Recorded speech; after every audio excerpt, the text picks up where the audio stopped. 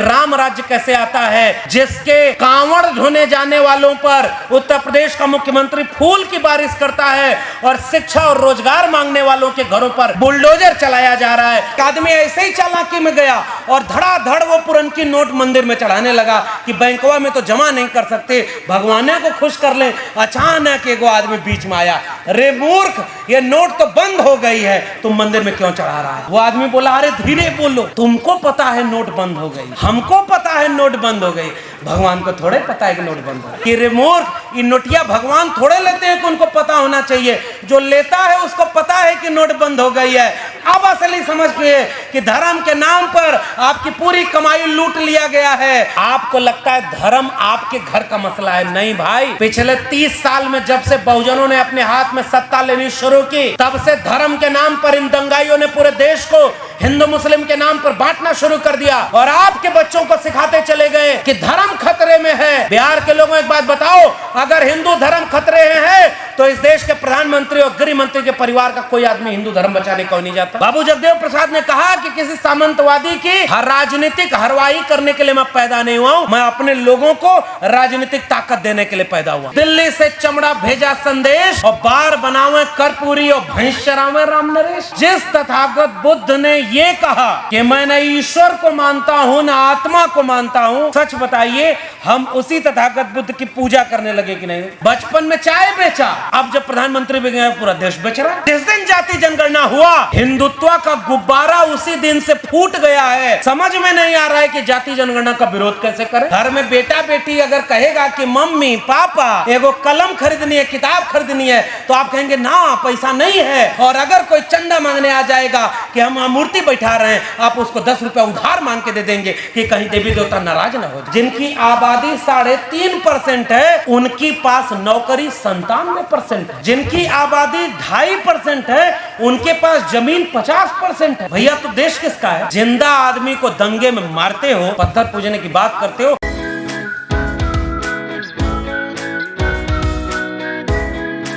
आज जिस जगह पर जो कार्यक्रम आयोजित किया गया, इस कार्यक्रम में एक वैचारिक विमर्श की तरह रखा गया कि हम महिषासुर को याद करेंगे। मेरे एक सवाल का जवाब दीजिएगा।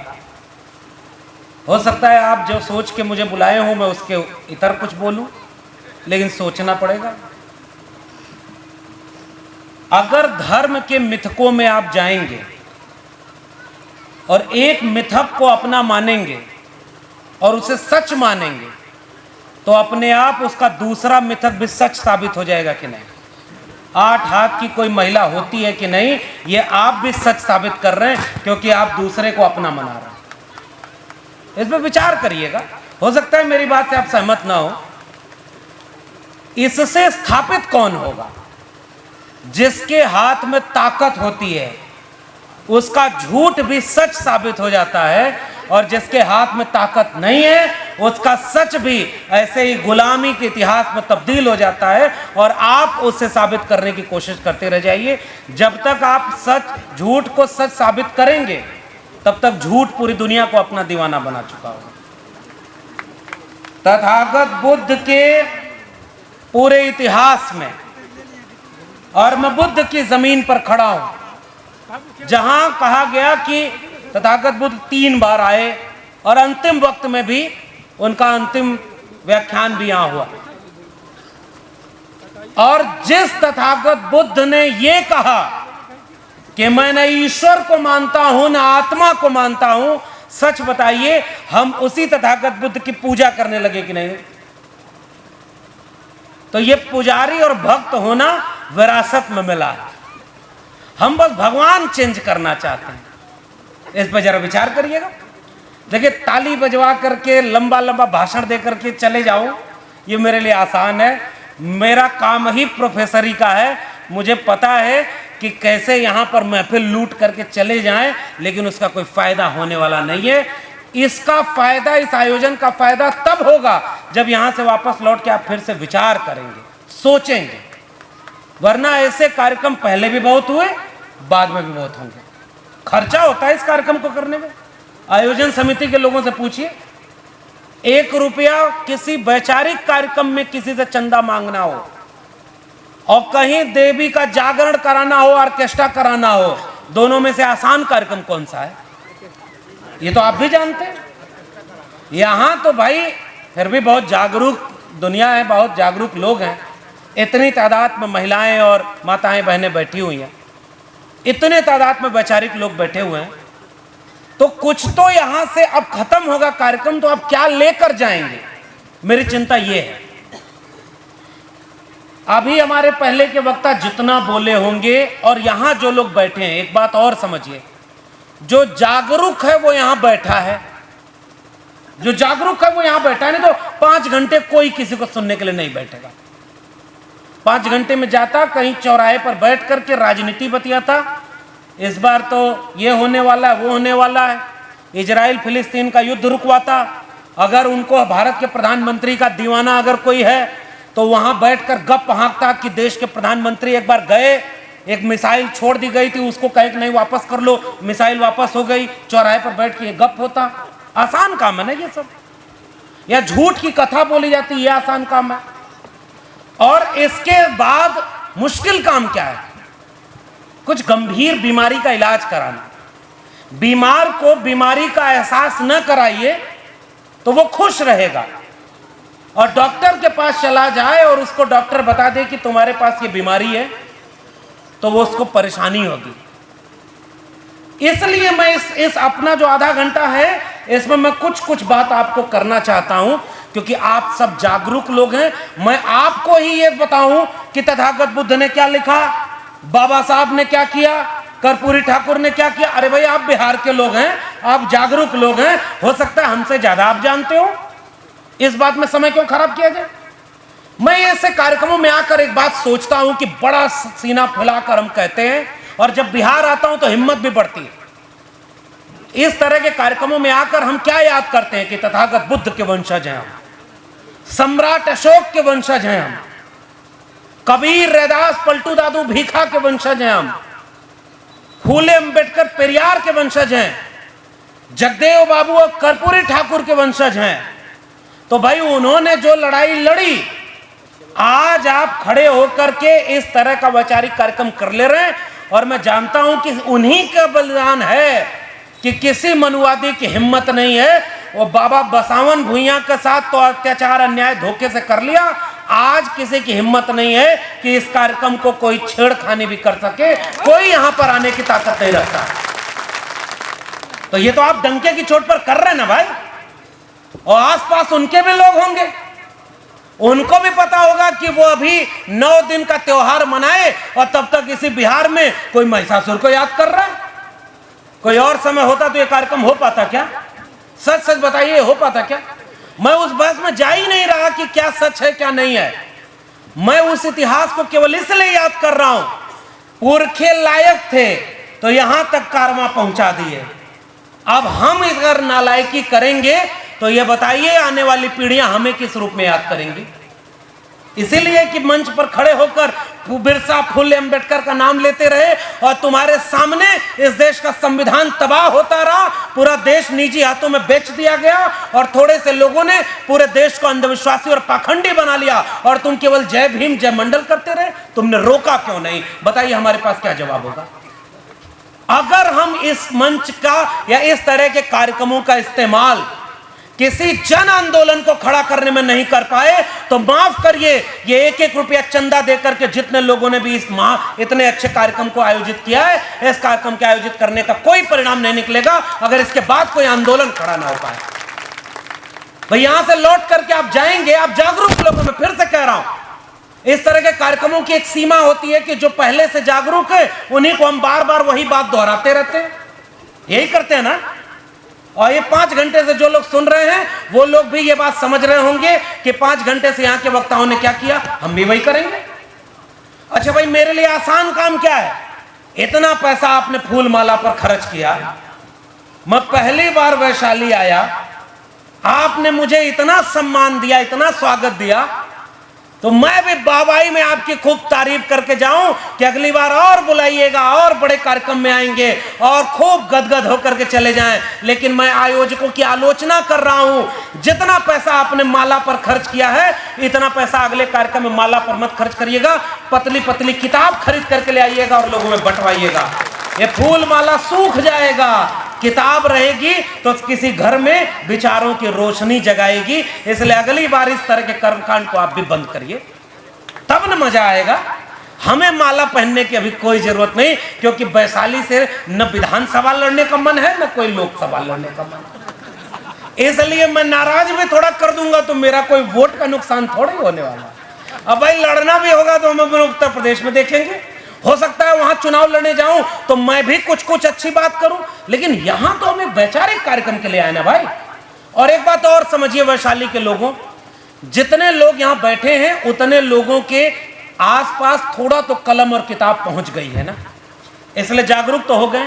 अब आइए क्या मैं करना चाह रहा हूं, क्या इस बात की इतिहास बताया हमारे साथी ने कि ये बाबा बसावन भुइयां की जगह है, जिन्होंने अपने वक्त के सामंतवादियों को छक्के छुड़ाए और अपने ताकत और दम से उन्होंने लोहा लिया और सामंतवाद को परास्त किया। और उससे बड़ी बात, जिस जमीन पर बसावन भुइयां जैसे लोग हों, जिन्होंने 85-90% वंचित शोषित लोगों को एकजुट किया, दुसाद, मल्ला, निषाद, मुसहर तमाम जातियों के लोगों को एकजुट करके एक मिशन आंदोलन चलाने का काम किया, वैसे जगह पर खड़ा होकर के हम ये उम्मीद करें कि आज जरूरत है उन 90% कमेरा लोगों के एकजुट होने की, तभी इस कार्यक्रम की कोई सार्थकता होगी। हमको जातियों में बांट दिया गया है। और हाजीपुर और वैशाली में खड़ा होकर एक सवाल पूछता हूं, बताओ इस देश के लोगों और बिहार के लोगों, क्या आज तक कभी कोई साबित कर पाया कि कर्पूरी ठाकुर केवल नाई जाति के नेता थे? किसी की हिम्मत है ये कहने की? क्योंकि कर्पूरी ठाकुर ने जो काम किया वो अपनी जाति, उनकी जाति के लोग तो 1% भी नहीं है। उन्होंने जो काम किया इस मुल्क के 90% कमेरा लोगों के लिए सीना तान करके कहने का काम किया कि हमारा नेता कोई होना चाहिए तो वो कर्पूरी ठाकुर या बीपी मंडल जैसा नेता होना चाहिए, जिन्होंने पूरे समाज को बराबरी का काम किया। बीपी मंडल जब मुख्यमंत्री बने, और मैं बिहार के लोगों एक बात और कहना चाहता हूं, अपमान क्या होता है और इतिहास जब हमने पढ़ा है, हो सकता है आप जानते होंगे।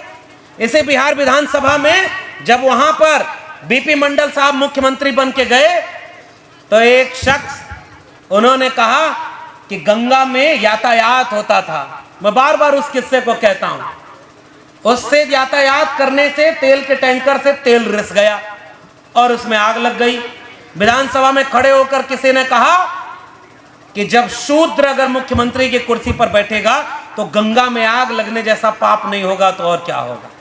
इतिहास सुनना वैशाली के लोगों, आपके पुरखों ने कैसी लड़ाई लड़ी है, चाहे वो बसावन भुइयां की लड़ाई रही हो, चाहे शहीद जगदेव बाबू की लड़ाई रही हो, उन लड़ाइयों में अपमान कैसे किया गया उसको समझिए। उन्होंने बीपी मंडल साहब ने कहा कि ये गंगा में आग तो तेल रिसने से लगी है, मगर हमारे यहां मुख्यमंत्री बनने से तुम्हारे सीने में जो आग लगी है इसको मुझे और दबाना है और अपने लोगों को जागरूक करके सत्ता का हुक्मरान बनाना है। तब जाकर के लड़ाई लड़ी गई। और आज बीपी मंडल साहब की जाति के लोगों को भी लगता है कि हमारा शोषण जाति के नाम पर थोड़े हुआ है, हम तो अहिर हैं, हमारा कौन शोषण कर लेगा। याद करिए अपना इतिहास में एक गंभीर बात करना चाह रहा हूं। जब उत्तर प्रदेश में मुख्यमंत्री थे राम नरेश यादव और बिहार में मुख्यमंत्री थे कर्पूरी ठाकुर, तो दिल्ली से वही लोगों ने नारा बनाया था कि दिल्ली से चमड़ा भेजा संदेश और बार बनावे कर्पूरी और भैंस चरावे राम नरेश। ये किसने अपमान किया था? जो पढ़ लिख लिया, जो सत्ता में बैठा, उसका अपमान उसकी जाति देखकर किया। क्या शहीद जगदेव बाबू को क्यों नहीं याद किया गया? बिहार की जमीन पर खड़े होकर अपनी जाति का आंदोलन कर रहे थे क्या जब सामंतवादियों ने उन्हें अपने साजिश का शिकार बनाया? नहीं, किसानों के आंदोलन का नेतृत्व कर रहे थे कुर्था में और जहानाबाद में, और किसानों के आंदोलन का नेतृत्व करते हुए जगदेव बाबू के साथ धोखा करने वाले उनके अपने लोग थे। और सामंतवादियों के सीने पर चढ़ करके डॉक्टर राम मनोहर लोहिया की वो जो लड़ाई थी कि संग सोपाने बांधी गांठ पिछड़ा पावे 100 में 60। उसको आगे बढ़ाने वाले बाबू जगदेव प्रसाद थे कि 100 में 90 शोषित है, शोषितों ने ललकारा है, धन धरती और राजपाट में 90 भाग हमारा है, 10 का शासन 90 पर नहीं चलेगा, नहीं चलेगा। बाबू जगदेव प्रसाद ने कहा कि किसी सामंतवादी की राजनीतिक हरवाही करने के लिए मैं पैदा नहीं हुआ हूं, मैं अपने लोगों को राजनीतिक ताकत देने के लिए पैदा हुआ हूं। और सामंतवाद का शिकार किया गया, कितना अपमान हुआ, आज हम कहां खड़े हैं। और एक बात और बिहार के लोगों, जरा मेरी बात को सोचिएगा घर जाकर, जो जगदेव बाबू की जाति वाले लोग हैं, उनके लोग आज सबसे ज्यादा किसके वोट दे रहे हैं। अब मैं ये बोलने की जरूरत थोड़ी, समझदार को इशारा काफी। मैं इस मंच पर खड़ा होकर किसी नेता का नाम नहीं लूंगा, अपने जो वैचारिक नेता है उनका तो नाम लूंगा, जिनसे वैचारिक लड़ाई है उनका किसी का नाम नहीं लेना है, क्योंकि कोई नेता ऐसा विपक्ष में है ही नहीं जो बाबू जगदेव प्रसाद के सामने नाम लेने लायक भी हो, इसलिए मैं किसी का नाम नहीं लूंगा। आप इशारे में समझ जाओ, वैचारिक कार्यक्रम है ना ये। आप बताइए सोच करके जगदेव बाबू के लोग आज किसको वोट दे रहे हैं। और इस कार्यक्रम का उद्देश्य ये नहीं होना चाहिए क्या, वो चलाते हैं घर वापसी, तो वो तो सांप्रदायिकता करते हैं।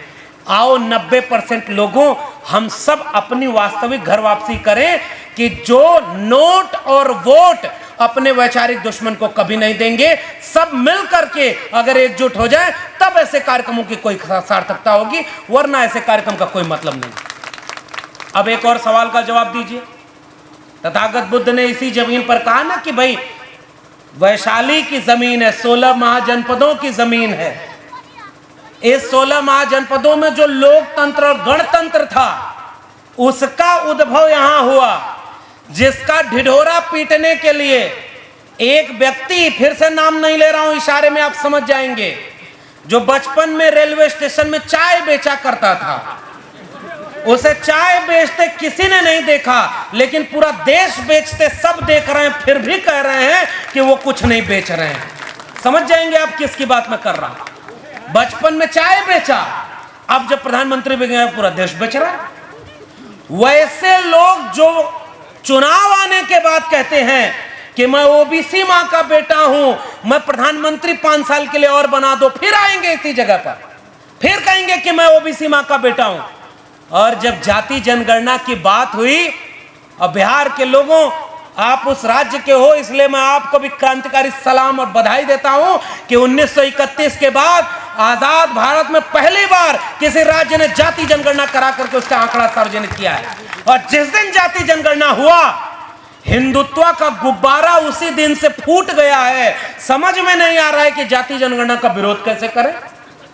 सोचिए ना भाई, आप बिहार में रहोगे तो आपकी पार्टी बिहार में जाति जनगणना का समर्थन करेगी, और लखनऊ होते हुए दिल्ली पहुंच जाओगे तो विरोध करेगी। अरे भाई, ये कौन सी राजनीति है? हम आपसे सवाल पूछना चाहते हैं। पता है कौन सी राजनीति है? क्योंकि बिहार में जब वोट मांगने आएंगे तो उनकी हिम्मत नहीं है कि जाति जनगणना का विरोध कर दें, तो बिहार के किसी गांव में अपना झंडा लगा करके गांव में घुस नहीं सकते।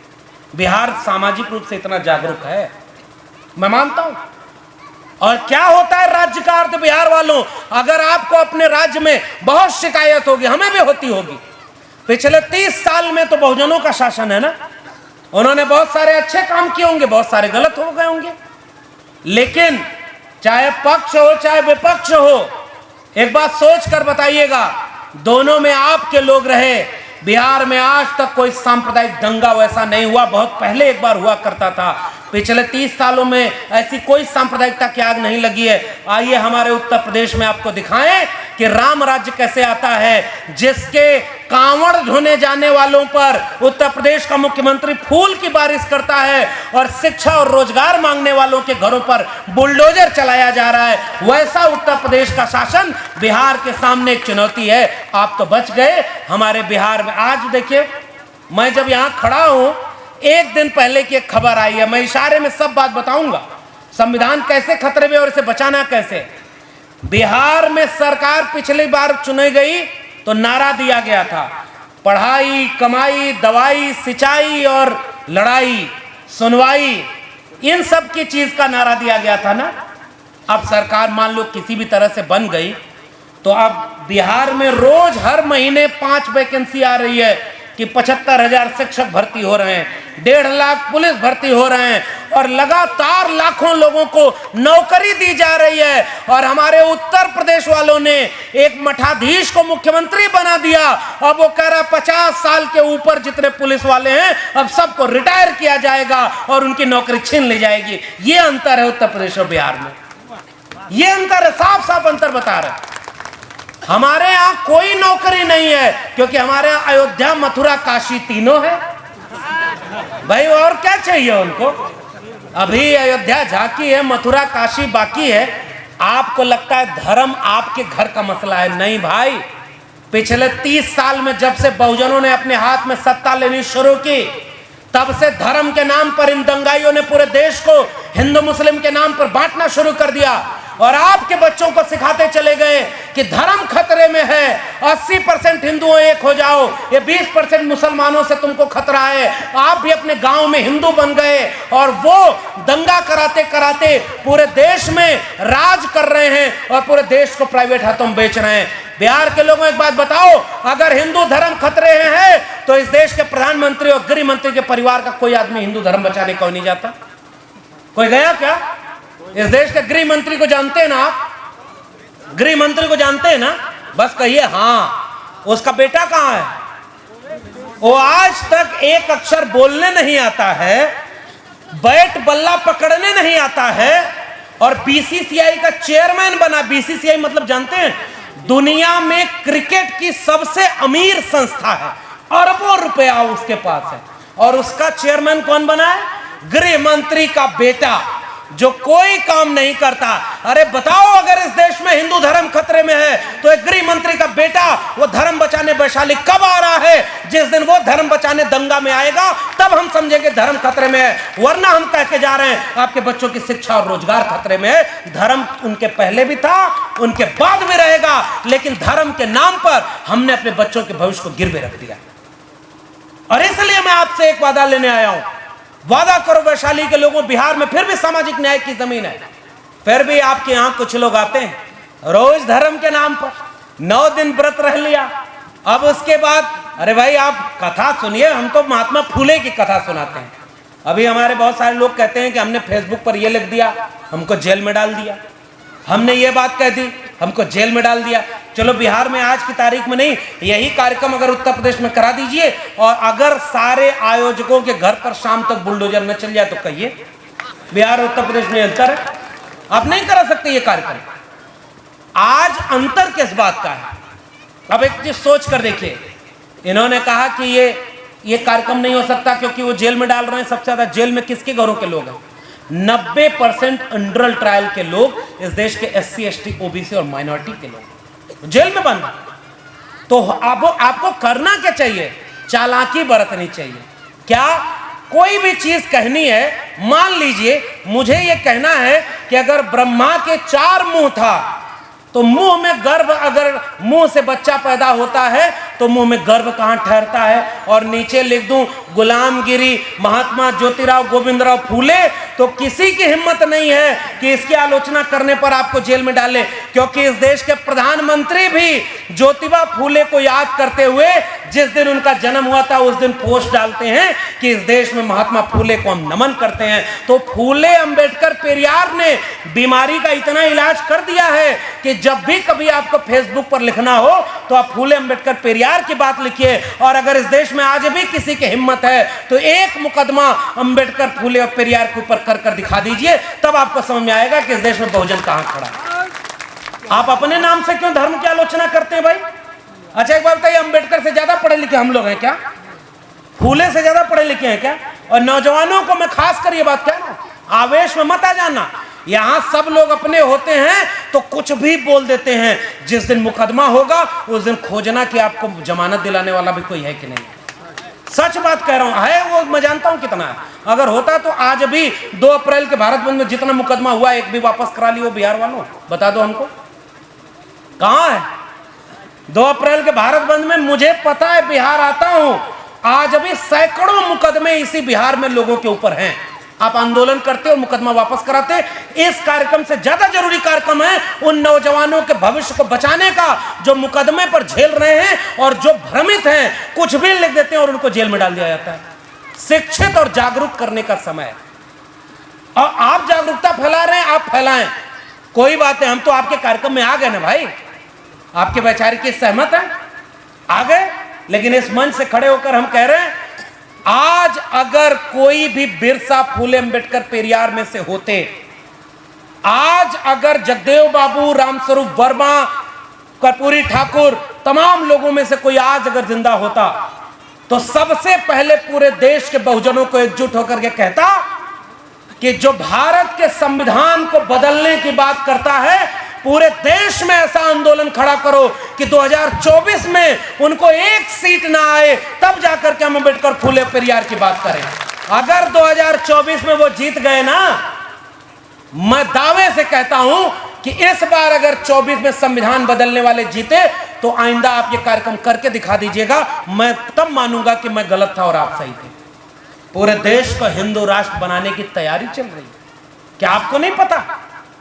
पूरे देश में शिक्षा को बेच दिया गया है निजी हाथों में। मैं दिल्ली विश्वविद्यालय में पढ़ाता हूं और मैं आपसे कह के जा रहा हूं, ये वैशाली, हाजीपुर होते हुए कोई बच्चा कोई घर में थोड़ा सा भी अगर समझदार निकले तो हम जैसे लोग जानते हैं, 1 रुपया घर में बचा और कोई शिक्षा की कीमत जाना, जगह जमीन गिरवी रख करके अपने बेटा बेटी को लोगों ने पढ़ाया। अगर नहीं पढ़ाते तो हम यहां तक नहीं पहुंच पाते। इसलिए अगर कोई एक चीज बचानी थी तो शिक्षा बचानी थी। बताओ आप उत्तर भारत के जितने सरकारी स्कूल हैं उनमें से कितने ऐसे स्कूल हैं कि जहां मास्टर जितने होने चाहिए उतने मास्टर हैं? वहां पढ़ाई होती है क्या? जिसके जेब में पैसा है उसके बच्चे अच्छे स्कूल में पढ़ रहे हैं और जिसके जेब में पैसा नहीं है उसके बच्चे सरकारी स्कूल में केवल मिड डे मील का भोजन लेने जा रहे हैं। और आज 12वीं पास होने के बाद जब कंपटीशन होगा तो किसके बच्चे डीएमएसपी बनेंगे? क्योंकि हमारे वाले घर के बच्चे तो 9 दिन व्रत रहे थे पहले, उनको यह पता हो गया था कि 9 दिन व्रत रहना है। उसके बाद अभी छठ भी आने वाला है, अभी उसके कार्यक्रम लगे हुए हैं पूरा कंटिन्यू। 12 महीने के कैलेंडर में 24 कार्यक्रम लगे हुए हैं जो इस देश को अंधविश्वास और पाखंड में फैलाने जा रहे हैं। और आप भी घर में बेटा बेटी अगर कहेगा कि मम्मी पापा एगो कलम खरीदनी है, किताब खरीदनी है, तो आप कहेंगे ना पैसा नहीं है। और अगर कोई चंदा मांगने आ जाएगा कि हम मूर्ति बैठा रहे हैं, आप उसको 10 रुपया उधार मांग के दे देंगे कि कहीं देवी देवता नाराज ना हो जाए। बताइए मैं सही कर रहा हूं गलत कर रहा हूं? आपने अपने बच्चों को पढ़ाने के लिए कितने स्कूल खुलवाए? और जिसका नाम मैं ले रहा हूं आरएसएस इस देश में 6 लाख से ज्यादा सरस्वती शिशु मंदिर चलाता है। बताइए 6 स्कूल जो आप चलाते हो, यही अंबेडकर फूले पेरियार का सपनों का भारत। कितने स्कूल आपने चलाए, कितना फ्री में शिक्षा देते हैं बच्चों को? और अगर शिक्षा नहीं दिए थे तो फिर किस बात का? बच्चा अगर शिक्षित नहीं होगा, और ऐसे कार्यक्रमों में औसत आयु निकाल लीजिए, 50 साल से ऊपर के सबसे ज्यादा लोग यहां बैठे हुए। और नौजवान आपके घर का नौजवान कहां है? जितना पुरुष आया है वो अपनी महिला को, पत्नी को भी नहीं लेके आया है और क्रांति करने चाह रहे हैं। आज बाबा साहब के सपनों का भारत बनाना है और घर गए तो पता चला व्रत हैं, उसमें त्योहार में फल कहने ले आए, वहां सपनों का भारत बंद हो जाता है।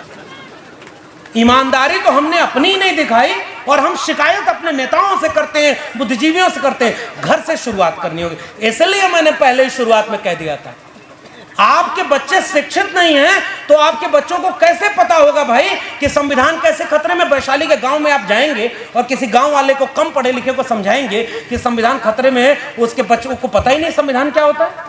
क्योंकि दिन भर अगर कमाए तब शाम को चूल्हा जला, वहां तो शिक्षा पहुंच ही नहीं पाई। वहां के लोग कर्मकांड अंधविश्वास में नहीं फंसेंगे तो किसमें फंसेंगे? और जो कर्मकांड में फंसता है हम उसका मजाक उड़ाते हैं। अगर मान लीजिए यहीं कोई आ जाए और कोई जय भीम बोल रहा है हाथ में कलावा बांधे हुए, तो तुरंत 4 लोग आ जाएंगे, ये ओरिजिनल अंबेडकरवादी नहीं है, कैंची लाओ, इसका कलावा काटो, तुम यहीं काटो। अरे भाई इतना जबरदस्ती करोगे तो अगली बार वो आपके कार्यक्रम में आना ही बंद कर देगा। क्योंकि हजारों साल की मानसिक गुलामी से कलावा यहां पहुंचा था। तो आप कम से कम 10 दिन तो इस पे समय दो। कलावा बांधा हुआ, जनेऊ पहना हुआ, टीका लगाया हुआ कोई भी व्यक्ति आपके कार्यक्रम में आए तो उसको मंच पर बिठाओ और बिठा के टॉनिक दो, फूले की टॉनिक दो, अंबेडकर की टॉनिक दो, पेरियार की टॉनिक दो। अपने आप जिस दिन कलावा काटेगा उस दिन बदलाव आएगा। आप कैंची लेकर मत घूमिए। आप मजाक उड़ाते हैं। और संघ और आरएसएस का कार्यकर्ता, उसको पता होता है कि ये हमको वोट नहीं देता है, फिर भी आपके घर जाकर हाथ जोड़कर खड़ा होता है, भाई साहब नमस्कार, कैसे हैं? कुछ नहीं, बस पानी पीने आपके घर आए थे। वो दुश्मन को भी दुश्मन नहीं मानता और हम अपनों को दुश्मन बनाए बैठे हैं और फिर मंच पर खड़े होकर भाषण देते हैं अंबेडकर के सपनों का भारत नहीं बन रहा। कैसे बनेगा भाई? हम तो जातियों में बढ़ गए। हाजीपुर के लोगों बताओ, रामविलास पासवान को याद करना चाहता हूं, उनकी तमाम चीजों से असहमत भी हूं, लेकिन जब शुरुआत हुई थी वो नारा क्या था? गूंजे धरती आसमान रामविलास पासवान। रामविलास जी का एक नारा था। और एक भाषण मुझे अभी मिला, संसद में खड़े होकर उन्होंने कहा, मैं पूछना चाहता हूं, बताओ हिंदू धर्म क्या है? किस किताब में लिखा है हिंदू के बारे में? किस किताब में लिखा है? अरे ये धर्म के नाम पर केवल आप इसलिए हमको लड़ाते हो कि हमारे बच्चे शिक्षा और रोजगार न मान ले। बाद में वो रामविलास जी कहीं और चले गए। भाई जो जितना मेहनत हमारे समाज के लिए किया उतना सम्मान उसको दो। जहां वो गलत होगा उसकी आलोचना करेंगे। याद कर लेते हैं, उनकी विरासत में कोई हनुमान बन गया तो कोई सुग्रीव बन गया। ये कौन सी विरासत है भाई? पूरा का पूरा पार्टी खत्म कर लिया। फिर भी वहीं पर एक किस्सा सुनाए, 2-4 मिनट है अपने बात कर। हमसे ज्यादा विद्वान लोग तो यहाँ पहले से हैं, इसलिए मैं कोई अहंकार में नहीं हूं कि मैं कोई नई बात कहने आया हूं। मैं आपसे ये गुजारिश कर रहा हूं, आप जमीन पर लड़ रहे हैं, हमसे ज्यादा बड़ा काम आप कर रहे हैं। वो कहते हैं हमारा फोटो नहीं दिखाया, उनकी ज्यादा दिखा दिया इसलिए चंदा नहीं देंगे। ये मंच लगाते हैं ना, कड़वी बात एक और बोलूं, दवाई तो कड़वी होती है ना। अभी 2 लोगों का भाषण दिलवाइए, 3 लोगों को मत दिलवाइए, तीनों नाराज होकर के कहेंगे बड़ा खराब कार्यक्रम था, पता नहीं कोई व्यवस्था ही नहीं थी। और उन्हीं को भाषण दिलवा दीजिए, पूरे इलाके में घूमते कहेंगे शानदार कार्यक्रम था, बहुत क्रांति वहां से निकली है। हम तो यहाँ से शुरू हो गए यही खत्म हो जा रहे हैं। 2 गो माला हमको कम पहनाया गया तो हमको वहीं से लगा कि अब अंबेडकर के सपनों पर यह संगठन नहीं चल रहा है, वो दूसरा संगठन बना लेगा। ये कड़वी बात है कि नहीं है? इसलिए मैं कह रहा हूं कि आपको जागरूक करना है मेरे भाइयों बहनों। हम जानते हैं कि दिल्ली में जो लोग चुन करके गए ना, वो लोग हमारे बच्चों के भविष्य को हमेशा के लिए बर्बाद कर चुके हैं। जितनी माताएं बहनें हैं, आप उनसे कहते हैं कि सबसे ज्यादा धर्म की गुलामी में ये बैठी हुई हैं, तो भाई जब घर से निकलने नहीं दोगे, अपने घर के बेटी बेटियों को पढ़ाओगे नहीं और उनसे शिकायत करोगे कि धर्म में क्यों, जिसके घर में रोटी नहीं जलती उसको शिक्षा मिले नहीं, तो वो अगर कोई बीमार है, कोई परेशान है, तो किसी मंदिर में जा करके वो कहता है कि हमको थोड़ा सहारा मिल जाए, सहारा मिल गया, न मिला तब भी उसको डर तो बना हुआ है। तब एक ज्योतिबा फुले का किस्सा सुनाता हूं, ऐसे किस्से गांव गांव सुनाइएगा। ज्योतिबा फुले ने एक नाटक लिखा है तृतीय रत्न, और महिलाओं और माताओं बहनों को ज्यादा संबोधित करके कह रहा हूं। एक घर में ऐसे ही परेशान लोग, तो वो पति को पत्नी बोली कि वो जो आते हैं जो धरती पर उनके अवतार हैं, समझ रहे हैं ना, घर में कोई परेशान हो, कोई जिंदा हो, कोई पैदा हो तो भी उसी को खिलाइए, कोई मर जाए तो भी उसी को खिलाइए, कहीं और अनाज पैदा हुआ तो उसी को खिलाइए, कोई ना आपके घर में खाना हो तो उधार मांग कर खिलाइए, और वो सारा भोजन खा के जाते आते कहेंगे कि कुछ सीधा हो तो बांध के दे दीजिए। समझ रहे हैं ना? वही के पास गए, ज्योतिबा फुले लिख रहे हैं भाई, वो कह रहे हैं पत्नी ने पति को बोला कि जरा उनको पतरा उतरा दिखाते कि बड़ा संकट है जीवन में। वो जाके पतरा दिखाए, पति बोला, पत्नी बैठी हुई थी, कि मालिक जरा देखें जिंदगी में कुछ ठीक नहीं चल रहा। तो वो आदमी देख करके बोला कि जजमान तुम्हारा शनि ठीक जगह पर नहीं है, शनि ठीक जगह पर नहीं, चंद्रमा पर अभी आन गया है, और हमारे यहाँ पहले से बैठकर पतरा पर मंगल ग्रह को पता ही नहीं था कि उसके नाम पर धरती पे शादी टूट जाती है, और फिर भी हमारे यहाँ ग्रह दशा सब देख रहे थे। अब भाई समझ जा रहे हैं सारे में, तो शनि ठीक जगह पे नहीं है। उसने कहा कि कैसे ठीक जगह पे आएगा, तो उन्होंने कहा कि हवन कराना होगा। कहा कितना खर्चा आएगा, तो मान लीजिए कहा 10,000 रुपये आएगा। तो वो आदमी कहा कि नहीं है, नहीं इतना पैसा। पत्नी पीछे से बोली, अरे उधार मांग के करा लेंगे, आप मना क्यों करते हैं, कम से कम ग्रहवा तो ठीक जगह पे आ जाएगा। वो आदमी कहा नहीं यार हुजूर, पहले उधार बहुत है, इतना पैसा नहीं दे पाएंगे। सामने से वो आदमी बोला, चलो तुम्हारे लिए 50% डिस्काउंट दे देते हैं, तुम 5,000 दे देना, हवन करा देंगे, तुम्हारा शनि ठीक जगह पे आ जाएगा।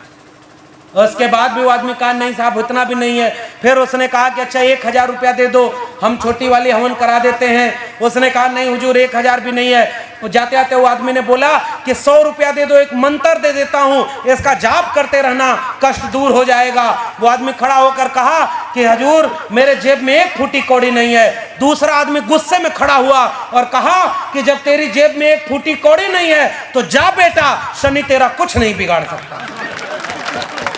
और ये कौन लिख रहा है? महात्मा ज्योतिराव गोविंदराव फूले लिख रहा है। सारा माल किसका है? नोटबंदी हुई थी, पता है ना?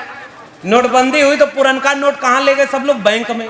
जिसके पास अपना कमाई का धन था वो बैंक ले गया, और जिसके पास ऐसे बचा हुआ था वो एक आदमी ऐसे ही चालाकी में गया और धड़ाधड़ वो पुरनकी नोट मंदिर में चढ़ाने लगा कि बैंकवा में तो जमा नहीं कर सकते, भगवाने को खुश कर लें। अचानक एक आदमी बीच में आया, रे मूर्ख ये नोट तो बंद हो गई है, तुम मंदिर में क्यों चढ़ा रहा है?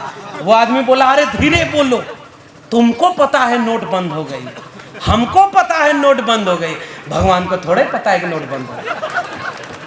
फिर वो आदमी बीच में जोर से डांटते हुए बोला कि रे मूर्ख ये नोटिया भगवान थोड़े लेते हैं कि उनको पता होना चाहिए, जो लेता है उसको पता है कि नोट बंद हो गई है। अब असली समझ गए कि धर्म के नाम पर आपकी पूरी कमाई लूट लिया गया है, इसलिए आपको अंधविश्वास और पाखंड से दूर जाना है। अगर इस दुनिया में कोई भी अगर भगवान होगा, किसी भूखे को रोटी खिला देना, किसी अनपढ़ को शिक्षा दिला देना, किसी नंगे को बदन पर कपड़ा दिला देना, अगर कोई भगवान होगा तो किसी दान दक्षिणा की बजाय रोटी कपड़ा मकान देने पर सबसे ज्यादा खुश होगा। इसीलिए आपको इस पाखंड से बचने की जरूरत है। हमारा आपका कमाई का माल तो कोई और लूट के लेके जा रहा है और हमको पता ही नहीं, इसलिए मैं आपको जागरूक करने आया हूं।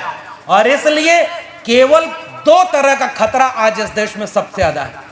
आपके गांव में ये कार्यक्रम खत्म होगा, मैं फिर से बधाई दे रहा हूं पूरे आयोजन समिति को, इन्होंने बहुत मेहनत की होगी तब तो ये कार्यक्रम हुआ।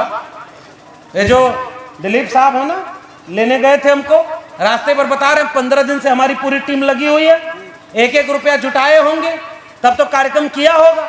इस कार्यक्रम में तो आप जागरूक हैं, लेकिन इस कार्यक्रम के बाद एक आदमी को गांव-गांव जाने की जरूरत है साथियों।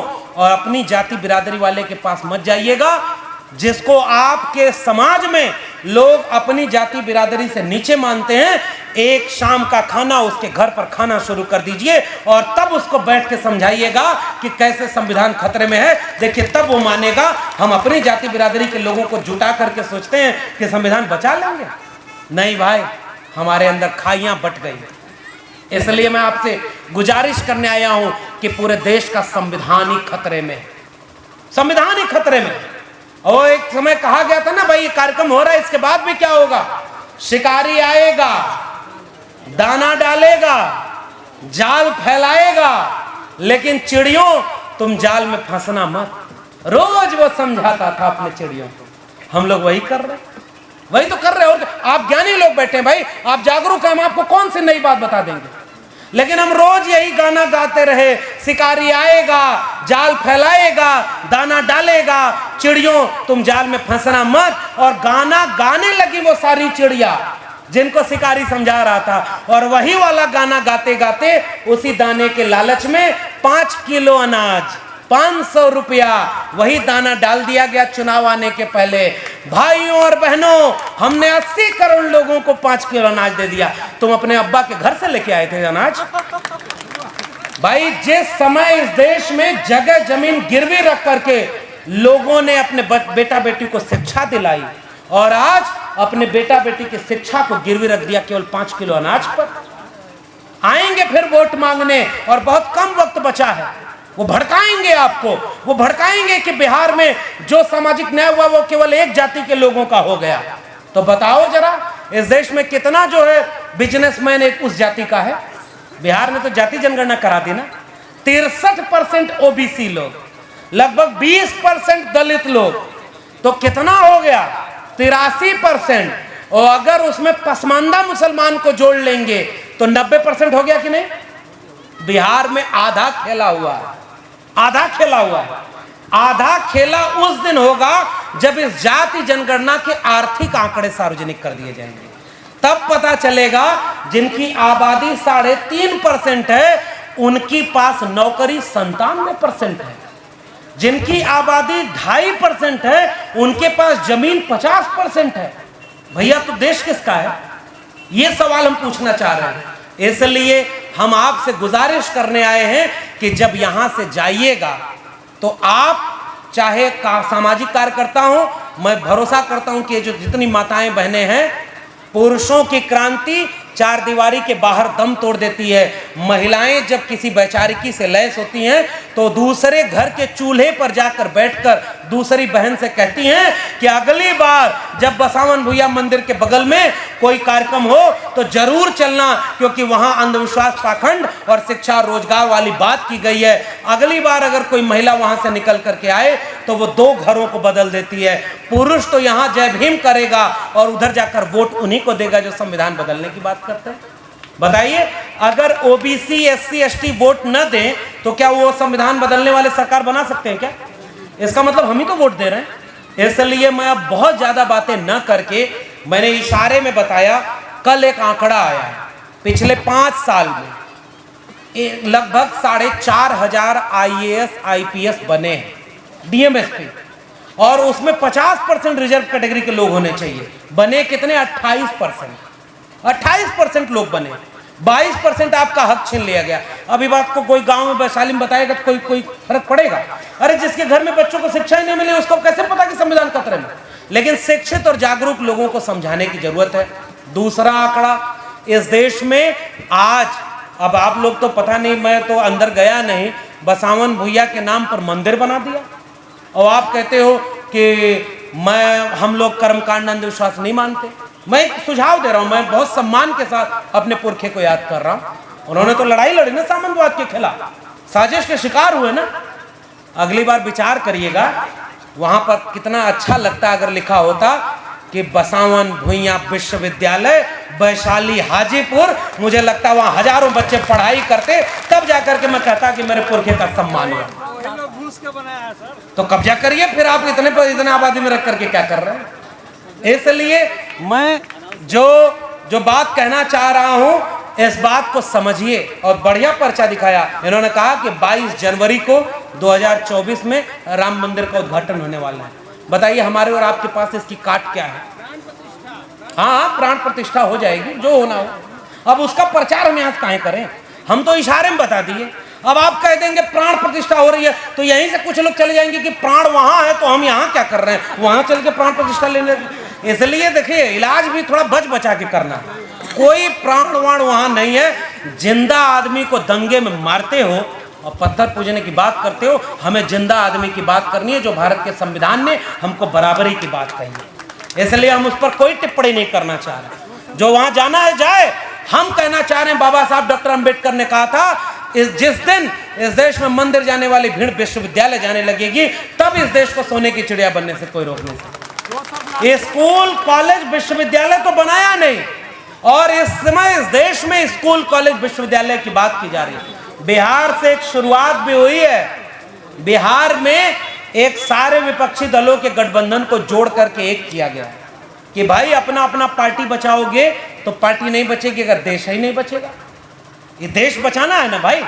इसलिए एक जमाना तो बिहार का ऐसा था कि कोई वहां गुजरात से रथ लेकर चला था तो उसे समस्तीपुर में रोक दिया गया था, और आपका नेता गांधी मैदान में खड़ा होकर बोलता है कि अगर इंसान ही नहीं रहेगा तो मंदिर में घंटा बजाने कौन जाएगा, अगर इंसान ही नहीं रहेगा तो मस्जिद में इबादत देने कौन जाएगा।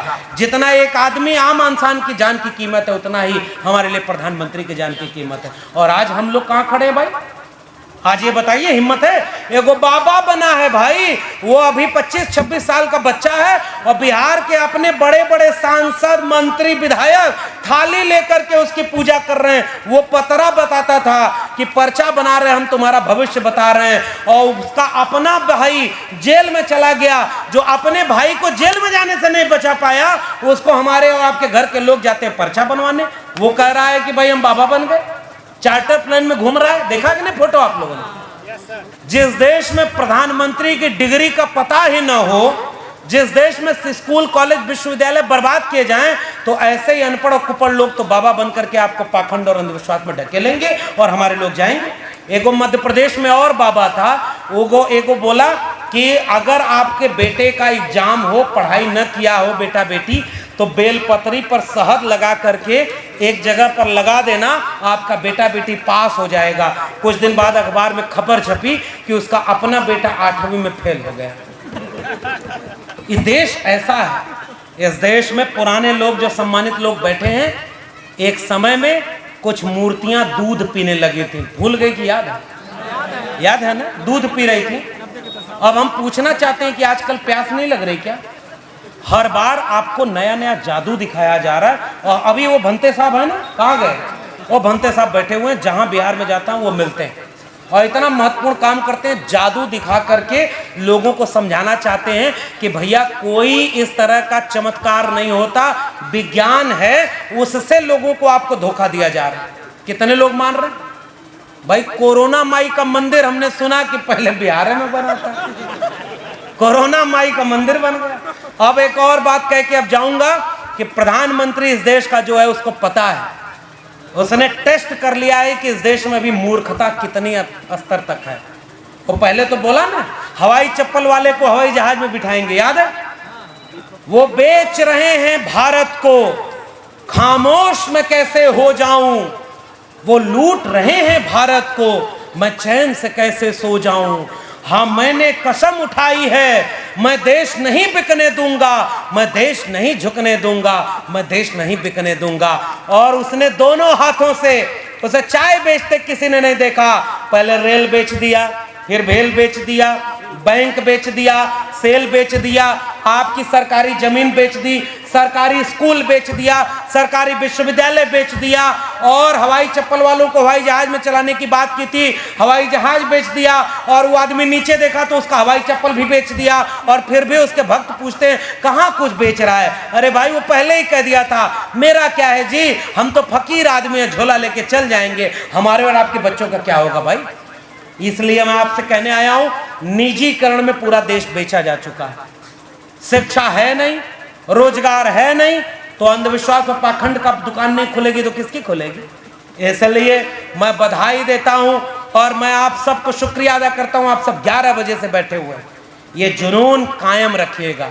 चलिए यहाँ से गांव गांव चले। ये आयोजन समिति के लोगों ने हमसे कहा कि एक जमाने में ये अर्जक संघ का बड़ा केंद्र हुआ करता था, वही अर्जक संघ ना, पुनर्जन्म और भाग्यवाद, इनसे निकला ब्राह्मणवाद, और ब्राह्मणवाद की क्या पहचान, गिटपिट बोले करे न काम, और मनवाद की क्या पहचान, ब्राह्मण भंगी एक समान। जिसमें समता की चाह नहीं वह बढ़िया इंसान नहीं, समता बिना समाज नहीं, बिन समाज जनराज नहीं। जो जमीन को जोते बोए वो जमीन का मालिक होए, राष्ट्रपति का बेटा हो या चपरासी की हो संतान, टाटा बिरला अंबानी हो, सबको शिक्षा एक समान। मिटे गरीबी और अमीरी, मिटे चाकरी और मजबूरी, और सबको शिक्षा सबको काम, वरना होगी नींद हराम। और सबको शिक्षा दे न सके जो, वो सरकार निकम्मी है, और जो सरकार निकम्मी है वो सरकार। और यही कह करके वैशाली के लोगों, आप दुनिया में लोकतंत्र का पाठ पढ़ाने वाले विश्वविद्यालय हैं। लोकतंत्र यहीं से शुरू हुआ था। हाथ उठाकर वादा करो, जब तक अंबेडकर फूले पेरियार को मानने वाले हैं, 24 में ये संविधान बदलने वालों को कभी देश में आने नहीं देंगे, और पाखंड अंधविश्वास में फंसने नहीं देंगे, और घर घर जाएंगे, 90% लोगों को जोड़ेंगे और सबको एकजुट करेंगे, ताकि आने वाली पीढ़ियां जब हमसे पूछें कि जब संविधान बदला जा रहा था तो तुम क्या कर रहे थे, मैं आंख में आंख डाल करके कहूंगा संविधान बचाने वालों के साथ खड़ा था। जय भीम, जय मंडल, संविधान जिंदाबाद, उल गुलाम जिंदाबाद, इनकलाब जिंदाबाद, जय भीम। हमारी शान।